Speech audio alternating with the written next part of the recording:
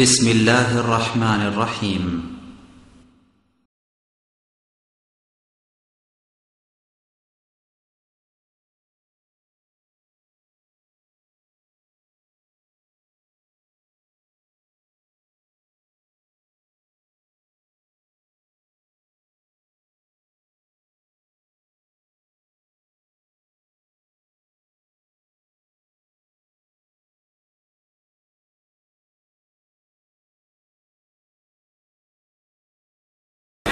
Assalamualaikum warahmatullahi. Innal hamdalillah nahmaduhu wa nasta'inuhu man yahdihillahu fala mudilla lahu wa man yudlil fala hadiya lahu wa ashhadu an la ilaha illallah wahdahu la syarika lahu wa ashhadu anna Muhammadan abduhu wa rasuluh. Amma ba'd, fa'udhu billahi minasy syaithanir rajim. Wa idza busyira ahaduhum bil untha zalla wajhuhu muswaddan wa huwa kadhim. Ana Abdullah bin Mas'ud radhiyallahu ta'ala anhu qala qala Rasulullah sallallahu alaihi wasallam ya ma'ashara shabab man istata minkumul ba'd falyatazawwaj fa innahu aghazu lil basar wa hasanu lil farj fa in lam yastati' fa alayhi bisawm fa innahu lahu bija Rahul Bukhari মুসলিম। সম্মানিত উপস্থিতি, প্রশংসা আল্লাহর জন্য, শান্তি অবতীর্ণ হোক আল্লাহর রাসূলের উপর সাল্লাল্লাহু আলাইহি ওয়াসাল্লাম। আজকের দিনই বৈঠকে সংক্ষিপ্ত বক্তব্যের বিষয় নারীদের মর্যাদা ও অধিকার। নারীদের মর্যাদা ও অধিকার সম্পর্কে গুরুত্বপূর্ণ তথ্যবহুল বিবরণের চেষ্টা করব ইনশাআল্লাহুল আজিজ। উল্লিখিত বিষয়ের উপরে কথা বলার পূর্বে আপনাদের সাথে আজকের জন্য জরুরি কথা যে বিচারের মাঠে আল্লাহ তাআলা মানুষকে অনেক পদ্ধতিতে পরীক্ষা করবেন। তার চারটি পদ্ধতিতে জরুরিভাবে অপরাধী প্রমাণ করবেন। চারটি পদ্ধতিতে মানুষ যদি অপরাধী প্রমাণ হয়ে যায় তখন সে নিজেই বুঝবে যে আমি জাহান্নামের হকদার। তখন তার আর আপত্তি থাকবে না জাহান্নামে যেতে, এবং সে মনেও করবে না যে আমার প্রতি অন্যায় করা হলো। তার একটি হচ্ছে প্রত্যেক মানুষকে তার নেকি ও পাপ দেখানো হবে, সে দেখতে পাবে। আল্লাহ তাআলা বলেন মিসকালা যারাতিন খায়রান ইয়ারা মিসকালা যারাতিন শাররান ইয়ারা। কেউ যদি বিন্দুমাত্র নেকি করে থাকে সে দেখতে পাবে, কেউ যদি বিন্দুমাত্র পাপ করে থাকে তাহলে সে দেখতে পাবে। কখন সে অন্যায় করেছে ওই পুরো অন্যায়ের অবস্থাটা দেখতে পাবে। কোথায় ও সুদের অঙ্ক কষল ওই অবস্থা দেখতে পাবে। কোথায় অশ্লীল কাজে লিপ্ত হলো ওই অবস্থাও দেখতে পাবে। দেখেই বুঝে নিবে এই পাপ সেই পাপ, এই পাপ সেই দিনের পাপ। এটা হয়, এমনটা হয় যে আজকে আপনি আমাকে দেখলেন বা আপনাকে দেখলাম, তারপর আমি ভুলে গেছি।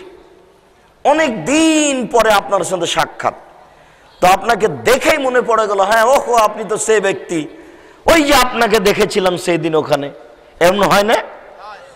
অথচ দেখার পর আপনি তাকে ভুলে গেছেন। কিন্তু এমন একটা দিন চলে আসবে, সেই দিন দেখে আপনি মনে পড়ে যাবে আপনার যে এই ব্যক্তি সেই ব্যক্তি। ঠিক পাপ দেখেই বুঝতে পারবে এই পাপ সেই পাপ। দুই, পাপ যেখানে ঘটছে সে জায়গা কথা বলবে। এটা খুব জটিল ও কঠিন, কোনোটার চেয়ে কম নয়, তবে জায়গা কথা বলবে এটা খুব জটিল। আর মাটি কথা বলবে এ কথা ঠিক, তার মুখ না থাকলেও এটা এখন মানুষের কাছে ভারী নয়। কেন? মোবাইলের মুখ নেই, তবুও মোবাইল কথা বলতে পারে। এটা তো সবার কাছে পরিচিত, সবাই জানছে যে মোবাইল কথা বলছে, অথচ মুখ নেই। মানুষের তৈরি মোবাইল যদি মুখবিহীন কথা বলতে পারে, তাহলে আল্লাহর আদেশে চলে মাটি, মাটি মুখ ছাড়া কথা বলতে পারে না?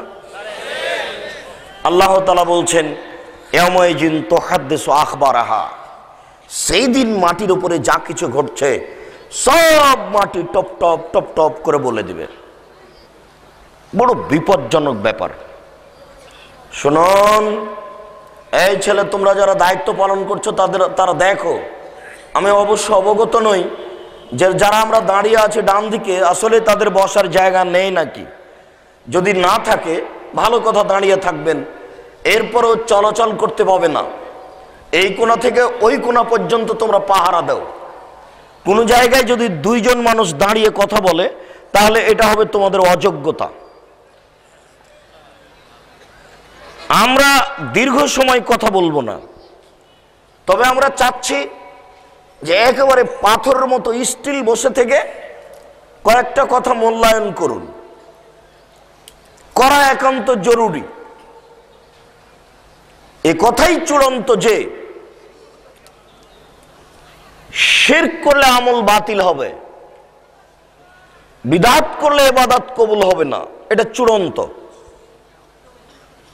তাই আল্লাহ তাআলা বলেছেন, ইয়া আইয়ুহাল্লাযীনা আমানু, হে বিশ্বাসীগণ, আতিউল্লাহ, তোমরা আল্লাহকে মান্য করো, আতিউর রাসূল, রাসূলের আনুগত্য করো, ওয়ালা তুবতিলু আমালাকুম, তোমরা তোমাদের আমল বাতিল করো না।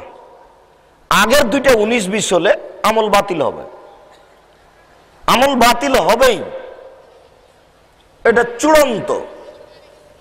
শিরক করলে অতীতের নেকি কাটা যাবে, বিদআত করলে ইবাদত কবুল হবে না। আর দুটাই হচ্ছে মানুষের ধারণায় নেকির কাজ। কেউ যদি চুরি করে, তাহলে সে বলবে ছি ছি নাউজুবিল্লাহ, একটা চুরি এটা পাপের কাজ, সে এক সময়ে ক্ষমা চাইবে। কিন্তু সে নিজেই যদি মনে করে যে আমি নেকি করলাম, তাহলে কি ক্ষমা চাইবে? বাপ মারা গেছে, ঢাকায় কোটি টাকা ইনকাম করে ছেলে, এখান থেকে মোবাইলে বলে দিচ্ছে, চাচা আপনার অ্যাকাউন্টে 10,000 টাকা পাঠালাম, একটা গরু জহ করে বাপের নামে খাওয়িয়ে দেন।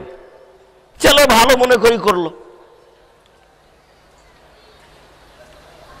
যেহেতু ছেলে জানে না, ছেলের অবস্থা আর বাপের অবস্থা হলো ওই মাঝি আর বাবুর মতো। ছেলের অবস্থা আর বাপের অবস্থা কার মতো? ওই যে মাঝি আর বাবু।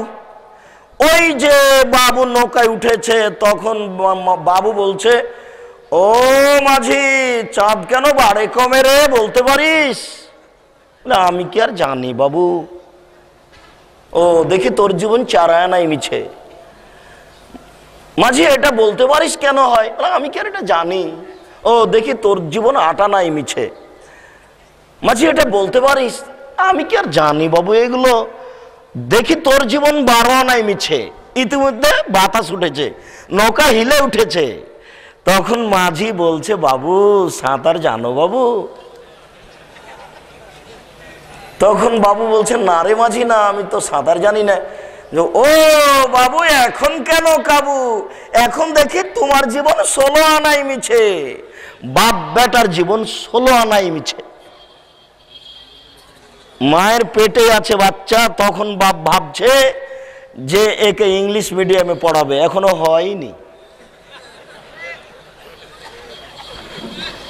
তাহলে তো অবস্থা এই হবে, এই ছেলে বলবে, চাচা 20,000 টাকা পাঠালাম, একটা গরু জবাই করে আমার বাপের নামে খাওয়াইয়া দিন। এলাকাবাসী খাবে। এই হলো বাপ বেটার জীবন 16 আনাই মিছে। টাকাটিও লস, ছেলেকে যে টাকা পয়সা খরচ করে পড়িয়েছে এটাও লস, জীবনটাই শেষ। জীবনটারই মূল্য দিতে পারে না কেউ, তার মানে কিছু জানে না।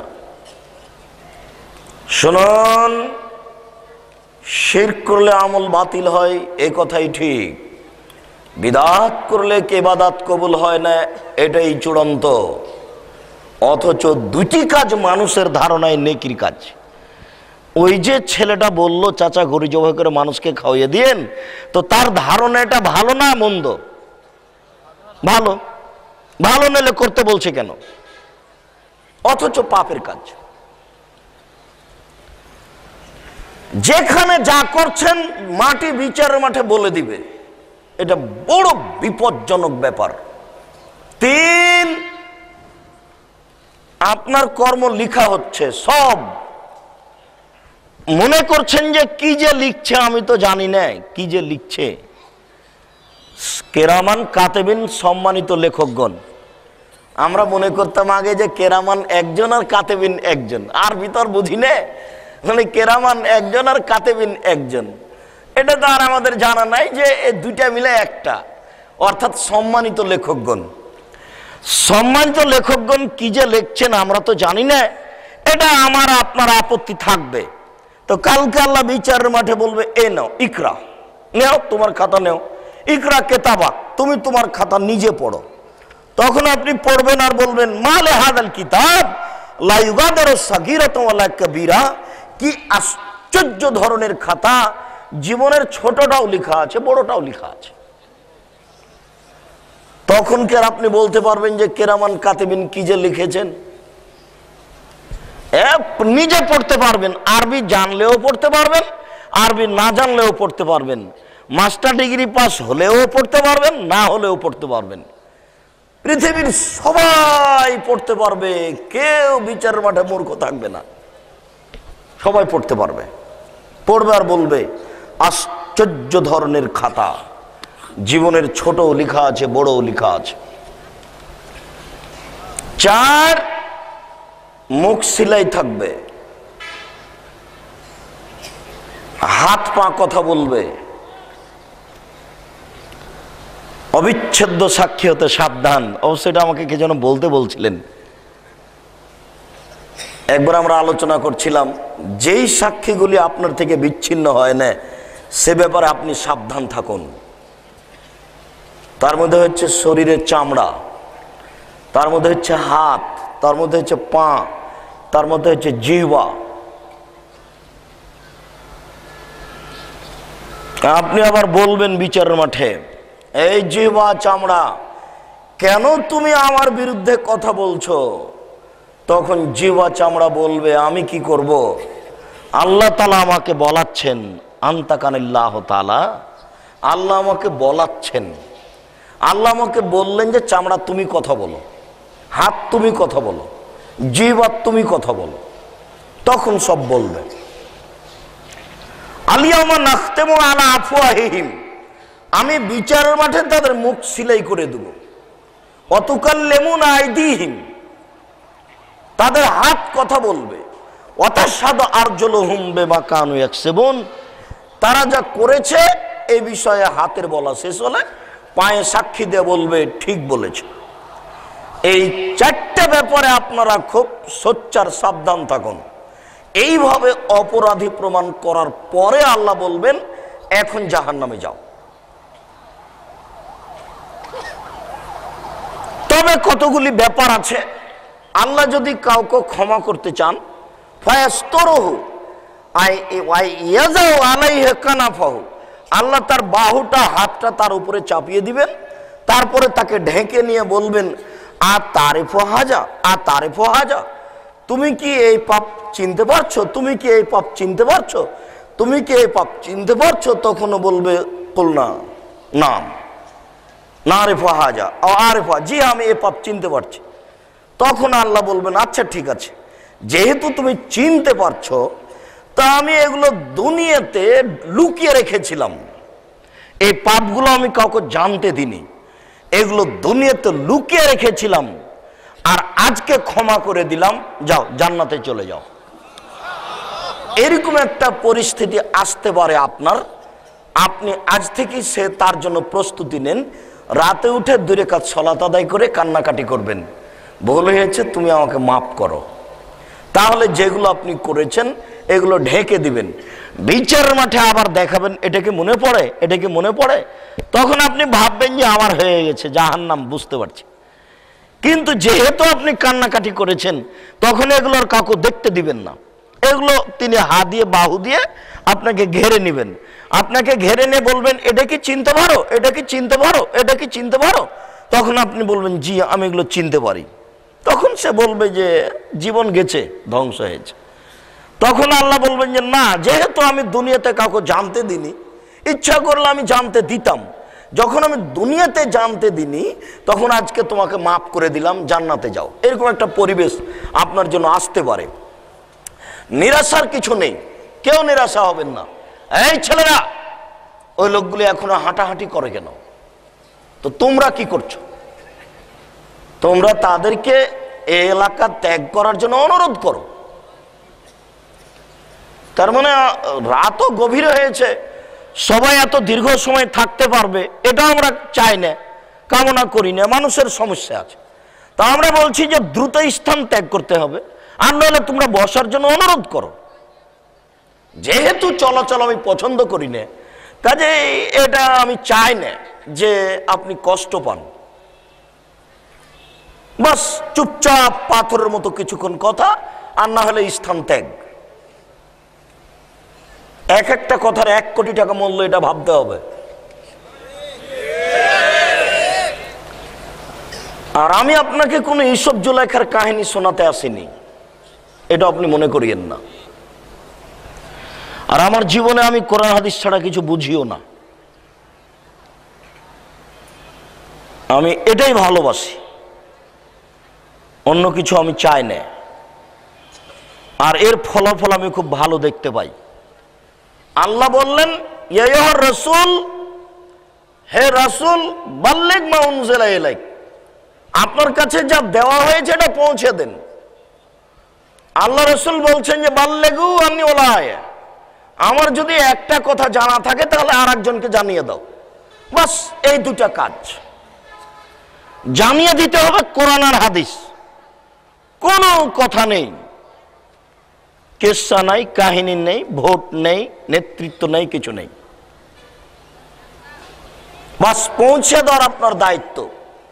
আপনি পৌঁছে দেন নারী নেতৃত্ব হারাম, আপনি পৌঁছে দেন যে পুতুল কিনা বেচা হারাম।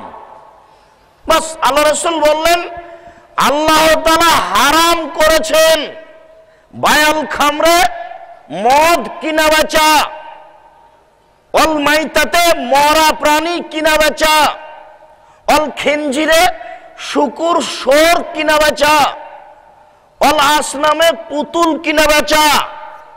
আপনি কি শোরের ব্যবসা করতে রাজি? শোর, শুকুর বুঝেন? শুকুর, শুকুর কি কিনা বেচা করতে রাজি? তাহলে রাসূলের শুকুরের পরে পুতুল রেখেছেন। শুকুর কিনা বেচা যেমন হারাম, পুতুল কিনা বেচা তেমন হারাম। বহুবার বলেছি, আজকেও বলছি, বাড়িতে যাওয়ার পরে বাড়িতে ঢুকে বোকা স্ত্রী যত পুতুল ছবি মূর্তি রেখেছে, আর যত অ্যালবামে আপনার বান্ধবীর ছবি আছে, আর যত মূর্তি আছে নেতা নেত্রী, সব একবারে ছিঁড়ে ভেঙে চুরে একাকার করে শুবেন, না হলে আপনি বক্তব্যের সাথে মুনাফেকি করছেন। আপনি নিজেকে বলেন আমি মুনাফেক, আমি কথা শুনে মানি না, আমি কথা শুনে মানি না, এমনি দেখতে এসেছি, এবং এটাই ঠিক, আপনি দেখতে এসেছেন। না মানার কি আছে আপনার? আপনি মুসলিম নন? না মানার কি আছে আপনার? আপনি মুসলিম তো, অথবা আপনার না মানার কি আছে? মানতেই হবে, এটাই ঠিক, আপনি মানতে বাধ্য।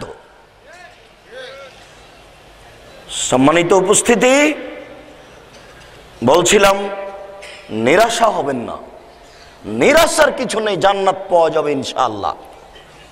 আবু হুরায়রা রাদিয়াল্লাহু তাআলা আনহু বলেন রাসূল সাল্লাল্লাহু আলাইহি সাল্লাম বলেছেন ওয়াদানি রব্বি, আমার প্রতিপালক আমার সাথে ওয়াদা করেছেন আই ইউদখিলা মিন উম্মতি ৭০,০০০ বেগারে হিসাব ওয়ালা আযাব, আমার উম্মতের ৭০,০০০ মানুষকে আল্লাহ বিনা হিসাবে জান্নাত দিয়ে দিবেন।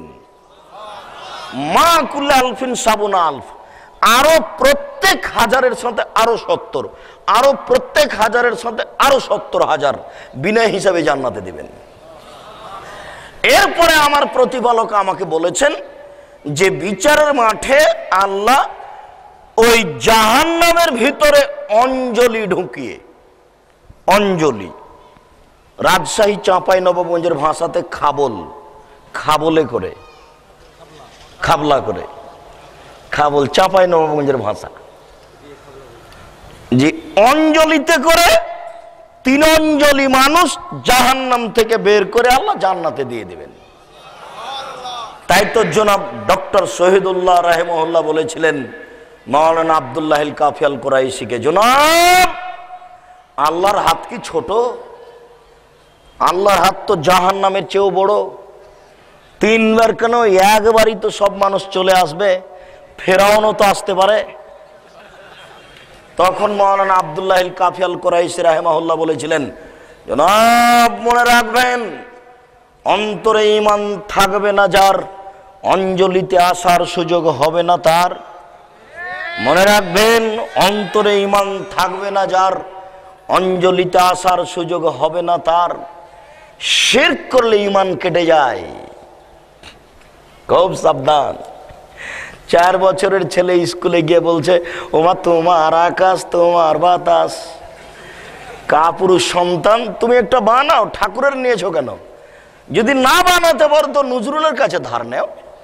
নজরুল বলছেন, চল চল চল ঊর্ধ্ব গগনে বাজে মাদল, থাকবো না আর বদ্ধ ঘরে, দেখো এবার জগৎটারে।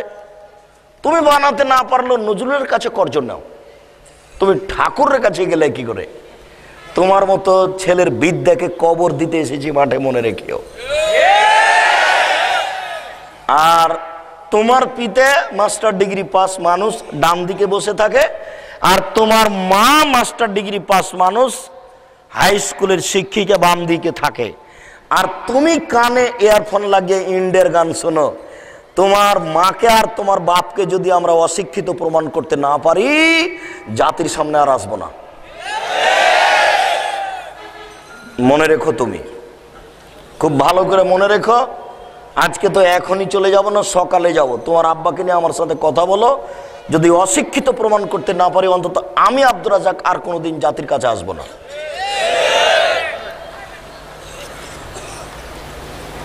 এক সময়ে নারীদের দাম দেওয়া হয়নি, নারীকে মাটিতে পুঁতে দেওয়া হতো। ওর নাম জাহেলিয়াতের যুগ, বন্যতার যুগ, বর্বরতার যুগ, অসভ্যতার যুগ। সেই যুগ আবার ফিরে এসেছে। নারীরা পশু প্রাণীর মতো ছিল। আমি কোনো কাহিনী বলি না, তবে ছাত্র জীবনের একটা কথা। এমরুল কায়েস একজন কবি, আরবিতে সবচেয়ে বড় কবি হলো এমরুল কায়েস। যেমন মানুষ মনে করছে যে বাংলাতে বড় কবি হলো ঠাকুর, অথচ রবি ঠাকুর সকাল থেকে কবিতা লিখতে লেগেছে। লিখতে লিখতে লিখতে লিখতে যখন আসর হয়েছে, তখন নজরুলের জন্ম, বা যখন জোহর হয়েছে তখন নজরুলের জন্ম। এবার নজরুল আর ঠাকুর লিখতে লাগলো 2 জন। লিখতে লিখতে যখন আসর হলো, তখন নজরুল লেখা বন্ধ হয়ে গেল। সন্ধ্যা পর্যন্ত ঠাকুর লিখতে থাকলো। তো জোহর থেকে আসর পর্যন্ত নজরুল যা লিখেছেন, ঠাকুরের চেয়ে কয়েক হাজার বেশি হবে। বুঝতে পারলেন না মনে হয় কথাটা? তার মানে ঠাকুরের লেখা অনেক আগে, অনেক দিন আগে থেকেই শুরু, আবার পরেও লিখেছেন। আর নজরুলের অনেকদিন আগে বন্ধ হয়ে গেছে। এরকম একটা ব্যাপার থেকে যাচ্ছে। তোমার বিষয়টি আমরা কেন এভাবে ভাববো না? তুমি কেন ওখানে যাবা? সম্মানিত উপস্থিতি, কবি এমরুল কায়েস তার নিজের বিবরণে বলছে যে আমি একবার মাঠে গেলাম, আমার বান্ধবী আরো সবাই পুকুরে নেমে গোসল করছে, তো ওরা কাপড় খুলে রেখে পুকুরে নেমে গোসল করছে। তো এবার সব কাপড়টুকু আমি নিয়ে, কাপড়গুলো গোছিয়ে নিয়ে আমি গাছের উপরে উঠে বসে আছি। ওরা নগ্ন হয়ে পানিতে নেমেছে। ওরা এখন দেখে যে কাপড় নেই, ও তো নজর এ নিয়েছে, ইমরুল কায়েস নিয়েছে। তখন ওরা পানি থেকে এসে বলছে যে কাপড় দাও আমাদের।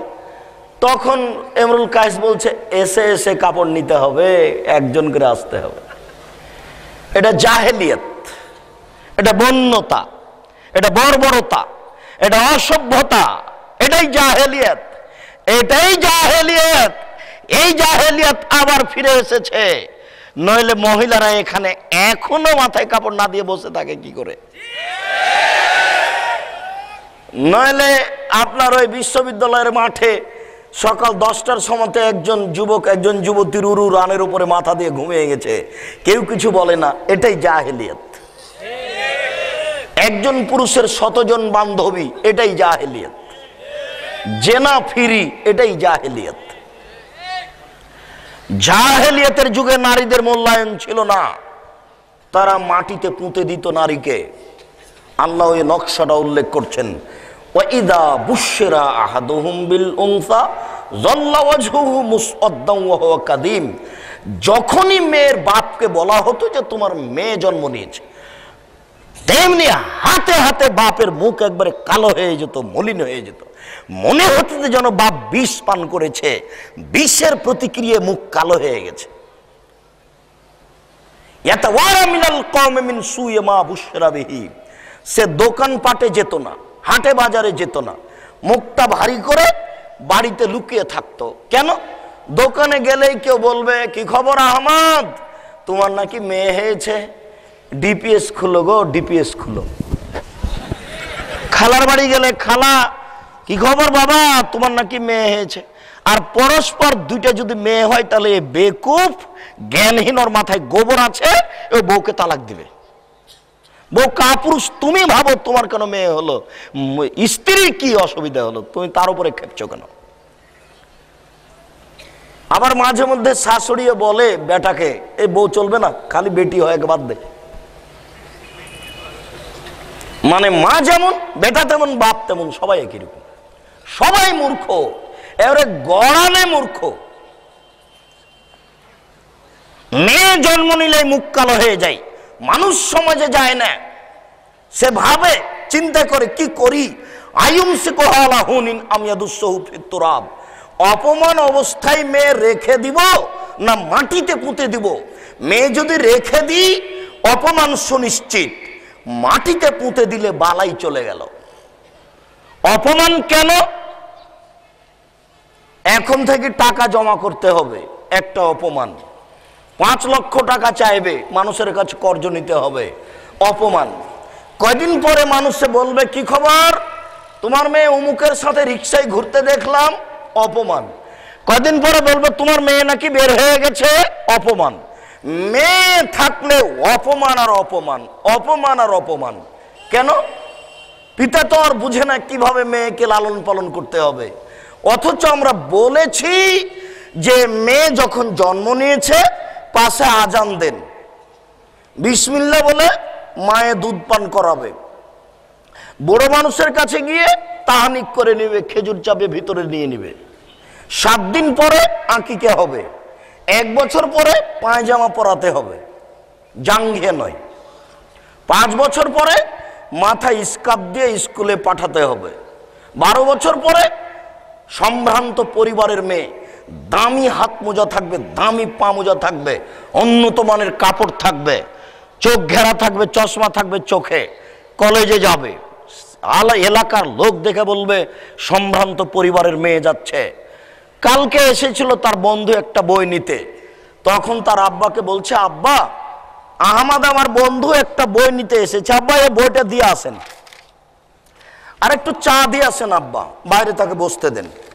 এবার তার পিতে গাইড বইটা দিয়ে আসলো, চা দিয়ে আসলো, এবার ও চলে যাচ্ছে আর বলছে মনে মনে, বাপরে পর্দা করে, পর্দা করে গো, কঠিন পর্দা। যাকে দেখতে পাবে তাকেই বলবে মেয়ে একটা। বাড়িতেও দেখতে পাইনি, স্কুলও দেখতে পেলাম না, কলেজও কোনোদিন দেখতে পেলাম না, কারোর সাথে গল্প করে না, রাস্তার এক পাশ দিয়ে হাঁটে। বিবাহের লাইন লেগে যাবে কয়দিন পরে, লাইন তো লাগবে লাগবে, কেউ কেউ বলবে কত টাকা লাগে দিব, তবে তাকে মেয়ে দিতেই হবে। আর যদি মেয়ে এরকম হয়, বোরখা পরে কলেজে গেছিল, বন্ধু এসেছে, ভিতর থেকে বলছে ভাইয়া আসো, ভাইয়া আসো ভিতরে। এবার ভাইয়া ভিতরে আসলো, চা পান করেন, এসে ভাইয়া একটু দেরি করেন, আম্মা খানা পানি রেডি করছে, আপনাকে খাওয়ানোর পরে যাবেন। তারপরে যা হোক চাটা কিছু হলো, খাওয়া দাওয়া হলো, গার্ড নিল, এবার বের হয়ে যাচ্ছে, তখনও বলছে তুই মুনাফেক রে, তুই মুনাফেক, তোকে চিনেছি, তুই কলেজে ছিলি একরকম আর বাড়িতে দেখি আর একরকম, তুই মুনাফেক। ওই একাই ঢোল সবাকে বলবে। ওই মেয়ের বিবাহের কথা ছাড়ো, ওকে আমি চিনি, ওদের বাসা আমি গেছিলাম, কথা বুঝা গেল না? ভুল পদ্ধতিতে বাপ চলে আজকে বলছে তোকে ত্যায্য পুত্র করলাম, মানে মেয়ে বের হয়ে গেছে তখন বলছে ত্যায্য পুত্র করলাম। কোটিবার যদি বাপ বলে ত্যায্য পুত্র করলাম, তবু 5 পয়সা দাম নেই। যতদিন পর্যন্ত বাপ না বলেছে জামাই শোনো, 2 জন সাক্ষী থাকো, আমি তোমাদের বিবাহতে সম্মতি জানালাম, ততদিন পর্যন্ত জেনা হতে থাকবে। 7 ছেলের মা হলেও জেনা। যে মেয়ে বের হয়ে বিবাহ বসেছে কোর্টে, ওই বিবাহ বাতিল, ওই বিবাহ বাতিল, ওই বিবাহ বাতিল, কিয়ামত পর্যন্ত বাতিল থাকবে। যতদিন পর্যন্ত মেয়ের বাপ রাজি না হয়েছে, ততদিন পর্যন্ত এটা জেনা হতে থাকবে। আজকে না আপনি রাগ করছেন, সেদিন কোথায় গেছিলেন? জাহেলিয়াতের যুগে মেয়েদের দাম দেওয়া হয়নি, তারা মেয়েদেরকে পুঁতে দিত। তাই একজন সাহাবী বলছেন, আল্লাহ রাসূল ওয়াদ আসারা বানাতেন লিবেয়াদি, আমার নিজ হাতে আমার 10 জন মেয়েকে আমি মাটিতে পুঁতে দিয়েছি, আমার কি হবে? নিজ হাতে 10 জন মেয়েকে মাটিতে পুঁতেছি। মাটিতে পুঁতার বাস্তবতা ছিল, আগে একটা গর্ত তৈরি করে আসতো, এরপরে মেয়ের মাকে বলতো মেয়েকে সাজিয়ে দাও, মেয়েকে সাজিয়ে দিত, আম্মু চলো, আম্মুকে নিয়ে যেত, দিয়ে গর্তের পাশে বলতো আম্মু একটু দেখো তো গর্তের দিকে কি, তো মেয়েটা একটু তাকিয়ে দেখতো, তখন তার পিঠে পাটা ধরে গর্তে উল্টে ফেলে দিত। মেয়ে তখন গর্তে পড়ে চিৎকার করতো, আব্বু আব্বু আমাকে বাঁচান, আব্বু আমাকে বাঁচান। তখন এই চিৎকারের উপরে মাটি চাপিয়ে দিত। আচ্ছা, আপনি কি মনে করছেন মেয়েটার তার উপরে মহব্বত নেই? ঘটনা কি? বাপ কি জন্ম দেওয়ার পরে এইভাবে মেয়েকে মাটিতে গর্তে পুঁতে দিতে পারে? কোরআন তো তাই বলছে, হাদিসও তাই বলছে, এইভাবে পুঁতে দিত। আমি আপনাকে বলছি যে কেন, আসলে কি মহব্বত ছিল না? জি না, মহব্বত ছিল। পরিস্থিতি এত কঠিন, পরিস্থিতি এত কঠিন, পরিস্থিতি এত কঠিন যে একটা কেন 100 মেয়েকে বাপ মাটিতে পুঁতে দিতে প্রস্তুত। কিভাবে পরিস্থিতি হলো, কিভাবে? ওই যে মেয়ে কত আদর করে বলছেন, আম্মু কি লাগবে আম্মু, আম্মু এই যে কাপড় চোপড় নেও, আম্মু বই পুস্তক নেও, আম্মু 3টা মাস্টার লাগবে, 3 9,000 টাকা দিব, ভালো করে পড়ো। আরে মাসে 9,000, কাপড় চোপড় সবকিছু, বিউটি পার্লারে সবকিছু প্রস্তুত। বাপে বলছে তোমার জন্য জীবন দিতে রাজি আছি, তুমি ভালো করে পড়ো। এই কথা বলার পরের দিন দেখছে মেয়ে নাই, বের হয়ে গেছে। তখন বাপে বলছে তোকে জবাই করব, তোকে জবাই করব, তোকে ত্যায্য পুত্র করলাম। কি কথা বুঝতে পারলেন না মনে হয়? তো এরকম হলো কেন, ঘটনা কি? কাল যে বলছে যে তোমার জন্য 3টা সাবজেক্ট প্রাইভেট দিলাম, 9,000 টাকা মাসে, তার মানে এখন মেয়েকে জবে করবে, করবেও ঠিক, পেলেই করবে। আপনি কি মনে করছেন? এমনও মেয়ে বের হয়ে চলে গেছে, 7 ছেলের মা হয়ে গেছে, এখনো বাপ তার মুখ দেখে না। কি বলছেন আপনারা? এরকম নেই? দেখে না, বলছে যে ওকে আমি তো দেখবো না জিন্দেগিতে, আমার বাড়িতে তাকে পা দিতে দিব না। এটা হলো কেন? কালকে যে বলছিল যে 3 জন শিক্ষক থাকলো 9,000, কি লাগবে সবই দিব। তার মানে পরিস্থিতি এখন বলছে যে বাপ তাকে জবে করবে, এর নাম পরিস্থিতি, এর নাম জাহেলিয়াত। এই কারণে মেয়েকে মাটিতে পুঁতে দেওয়া হতো। জাহেলিয়াতের যুগে নারীদের দাম দেওয়া হয়নি, ইহুদি খ্রিস্টান নারীদের দাম দেয়নি, হিন্দুরা নারীদের দাম দেয়নি। আজও হিন্দুরা মেয়েদের জমি দেয় না, জমি জায়গায় অর্থ সম্পদ দেয় না। আজও হিন্দুরা মেয়েদের 5 পয়সা দাম দেয় না। কয়দিন আগে তো সতীদাহ প্রথা ছিলই, স্বামীর সাথে পানি আগুনে জ্বলে যেতে হবে, নোংরামি ছিল তাদের মাঝে। ইহুদি খ্রিস্টান কোনোদিনই দাম দেয়নি, আজও দেয়নি। ইহুদি খ্রিস্টান বলছে যে ওদের বিবাহ লাগবে না, শুধু জেনা হবে। জেনা হতে হতে যত ছেলে জেনার মাধ্যমে হবে এরা বড় হয়ে যোদ্ধা হবে, এরা ইরাকে আফগানিস্তানে এরকম মুসলিম দেশে মারা যাবে, এদের ডাকার জন্য কেউ থাকবে না।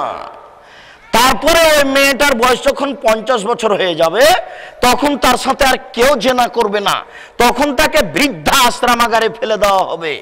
এবার যখন আয়া তাকে বলবে যে এটা খান এটা খান, তখন ও অসুস্থ হয়ে চিৎকার করে বলবে, আয়া শোনো একটু, আয়া শোনো আমার শরীরটা খুব ব্যথা, এটা দাও একটু, এটা দাও। বেশি যখন বারবার বলবে তখন মুখের উপরে লাথি দিয়ে চলে যাবে। কথা বুঝতে পারলেন না মনে হয়? যদি 5টা ছেলে থাকতো তাহলে বৃদ্ধা অবস্থায় মাকে বলতো, আম্মু আপনি ঢাকায় চলে আসছেন আমার কাছে। চিটাগাঙ্গালা বলছে, আম্মু আপনি আমার কাছে চিটাগাঙ্গে চলে আসেন। কেন? এগুলো হচ্ছে ছেলে মেয়ের ফলাফল। ওখানে ছেলে মেয়ে নাই যে। ইহুদি খ্রিস্টান যে নারীদের দাম দেয়নি, আবার ঋতুবতী হলে ছি ছি ছি ছি ঋতু পচে গেছে, ওকে বিছানা আসতে দিও না, ছি ছি ছি ছি ছি পচে গেছে, ওকে ভাতের পাতিল স্পর্শ করতে দিও না। অথচ প্রিয় নারী, প্রিয় স্ত্রী, তাকে ভাতের পাতিল স্পর্শ করতে দিও না, আজও দেয় না। পক্ষান্তরে আয়েশা রাদিয়াল্লাহু তাআলা আনহা বলেন যে 1 গিলাস পানির কিছু অংশ পান করার পরে গিলাসটা আল্লাহ রাসূলের হাতে দিলাম, আল্লাহ রাসূল ওখানে মুখ লাগিয়ে পানি পান করলেন যেখানে আমি মুখ লাগিয়েছিলাম। তখন আমি ঋতুবতী, একটা গোস্তের টুকরা আমি দাঁত দিয়ে ছিঁড়ে খেলাম, কিছু অংশ খাওয়ার পরে রাসূলের হাতে দিলাম, আল্লাহ রাসূল ওখানে দাঁত লাগালেন যেখানে আমি দাঁত লাগিয়েছি, তখন আমি ঋতুবতী। আল্লাহ রাসূল আমার উরু রানের উপরে মাথা রেখে কোরআন তেলাওয়াত করলেন, তখন আমি ঋতুবতী। উম্মু সালামা রাদিয়াল্লাহু তাআলা আনহা বলেন, একটা চাদরের অর্ধেক আমার গায়ে অর্ধেক রাসূলের গায়ে, তখন তিনি সালাত আদায় করলেন, এ সময় আমি ঋতুবতী। দেখেন আল্লাহ রাসূল কিভাবে নারীদের দাম দিলেন। ইসলাম নারীদের দাম দিয়ে বলেছেন, আল্লাহ তাআলা বলেন, অকারনা ফি বুয়ুতিকুন্না ওয়ালা তাবাররাজনা তাবারুজাল জাহিলিয়াতিল উলা। এটা হচ্ছে নারী মর্যাদা পাবে তার প্রথম পদক্ষেপ। তোমরা বাড়িতে থাকো, বন্যতার যুগে, বর্বরতার যুগে, অসভ্যতার যুগে নারীরা যেভাবে প্রদর্শনী চলতো সেইভাবে তোমরা প্রদর্শনী দিয়ে চলো না। এইভাবে চলা হচ্ছে বন্যতা, বর্বরতা, অসভ্যতা। এখনো ঢাকা শহরে নারী দেখা যাবে, এটাই বন্যতা, এটাই বর্বরতা, এটাই অসভ্যতা। এরা নিজেদের মর্যাদা হারিয়ে ফেলেছে, এদেরকে জবে করবে বাপ, এদেরকে মাটিতে পুঁতে দিবে বাপ। কথা বুঝতে পারেননি? তবে এই পরিস্থিতি সুন্দর করতে পারে পিটাই। পিটাই যদি কঠোর হয় তাহলে এই পরিস্থিতি সুন্দর করা যাবে, তাছাড়া সম্ভব নয়। এ কারণে রাসূল সাল্লাল্লাহু আলাইহি সাল্লাম বলেছেন, তুমি তোমার স্ত্রীর উপরে 5টা জিনিস পালন করিও, তুমি তোমার স্ত্রীর উপরে 5টা হক পালন করিও। 1, যে মানের খাচ্ছ সে মানের খাওয়ায়। 2, যে মানের পড়ছো সে মানের পড়ায়। 3, কখনো স্ত্রীকে কটু কথা বলো না, সব সময় প্রশংসা করিও, সব সময় প্রশংসা করিও। যুবক, তোমাকে বলে গেছি তোমার ভালো বোনা আছে, আগামীকাল সন্ধ্যা হতে হতে যৌতুক ফেরত দেওয়ার কথা আছে, জানি না তুমি ফেরত দিয়েছো কিনা। স্ত্রীকে কটু কথা বলার জন্য যৌতুক নিয়েছ, যৌতুক হারাম। যৌতুকে টাকা দিয়ে চাউল কিনে ভাত খেয়ে ইবাদত কবুল হবে না। শুনে রাখো। 5, জরুরি প্রয়োজন ছাড়া স্ত্রীকে বাড়ি ছাড়া অন্য জায়গায় থাকতে দিও না। জরুরি প্রয়োজন ছাড়া বাড়ি স্ত্রীকে অন্য জায়গায় থাকতে দিও না। সম্মানিত উপস্থিতি, রাসূল সাল্লাল্লাহু আলাইহি সাল্লাম নারীদের মর্যাদা উল্লেখ করে বলেছেন, ওরা যদি 4টা কাজ করতে পারে, এই ছেলে বসো, এই ছেলেটা উঠছে কেন? আমরা আলোচনার শেষের অংশে চলে আসছি, মনে কিছু নেবেন না। আমি এত দেরিতে আসতে চাইনি, যেহেতু নীতিগতভাবে আসতে হয়েছে। আমরা তো 12টায় আলোচনা শেষ করে দিই, কাজেই আমরা আপনাদের কষ্ট দিতে চাচ্ছি না। আবার আপনারা আমাদের সংগঠনের অনেক বই পুস্তক আছে, সেগুলো নেবেন। আমি খাকসার যেগুলো আগে থেকে বের করেছি সেগুলো তো আছেই, আর বিশেষভাবে উপদেশ বইটা আছে, যেটা আমি যা বলেছি জীবনে সেটা কলমে লিখে দেওয়ার চেষ্টা করেছি। বইয়ের নাম উপদেশ। 120 টাকা বড় কথা নয়, আপনাকে 10 বার পড়তে হবে, এটা বড় কথা। আর তাওজিহুল কোরআন, এই বইগুলি রাখতে হবে জরুরিভাবে। নারী যদি 4টা কাজ করে তাহলে জান্নাতের যে কোনো দরজা দিয়ে ঢুকতে পাবে। আপনার এরকম কোনো সুযোগ নেই, আপনি এরকম কোনো সুযোগ পাবেন না। কিয়ামত পর্যন্ত যদি খুঁজেন যে পুরুষ 4টা কাজ করলে জান্নাতে চলে যাবে, এরকম কোনো পুরুষের জন্য যে কোনো কাজ পাবেন না। নারী যদি 4টা কাজ করে তাহলে জান্নাতে চলে যাবে। 1, সল্লাত খামসাহা, 5 ওয়াক্ত নামাজ পড়বে। 2, সমাত সাহারাহা, রমজান মাসে সিয়াম রোজা থাকবে। 3, আতাত বালাহা, স্বামীকে মান্য করবে। 4, অহসানাত ফারজাহা, জেনা থেকে লিপ্ত বেঁচে যাবে, নিজেকে রক্ষা করবে। এই 4টা কাজ যদি নারী করতে পারে জান্নাতের যে কোনো দরজাতে ঢুকতে পাবে। আপনার এই সুযোগ নেই। রাসূল সাল্লাল্লাহু আলাইহি সাল্লাম বলেছেন, নারী যদি 3টা কাজ করতে পারে জান্নাতের যে কোনো দরজাতে ঢুকতে পাবে। 1, স্বামীকে ভালোবাসতে পারে। 2, বেশি বেশি বাচ্চা দিতে পারে। 3, স্বামী যদি রাগ করে হাত ধরে বলে যে আমি যতক্ষণ পর্যন্ত তুমি খুশি না হবে ততক্ষণ পর্যন্ত আমি দাঁতে কিছু চাবাবো না, এই কথা যদি স্ত্রী বলতে পারে তাহলে স্ত্রী জান্নাতে চলে যাবে। সম্মানিত উপস্থিতি, 2টা মেয়েকে যদি লালন পালন করে তাহলে সে জান্নাতে যাবেই। 2টা মেয়ে যদি কেউ লালন পালন করে তাহলে সে জান্নাতে যাবেই। 2টা মেয়ে যদি কেউ লালন পালন করে তাহলে সে জান্নাতে যাবেই। 10টা ছেলে উচ্চ শিক্ষিত করে কেউ জান্নাতে যাবে, এ কথা আল্লাহ রাসূল বলেননি। 10টা ছেলেকে উচ্চ শিক্ষিত করে বাপ জান্নাতে যাবে, এ কথা কেউ বলেননি।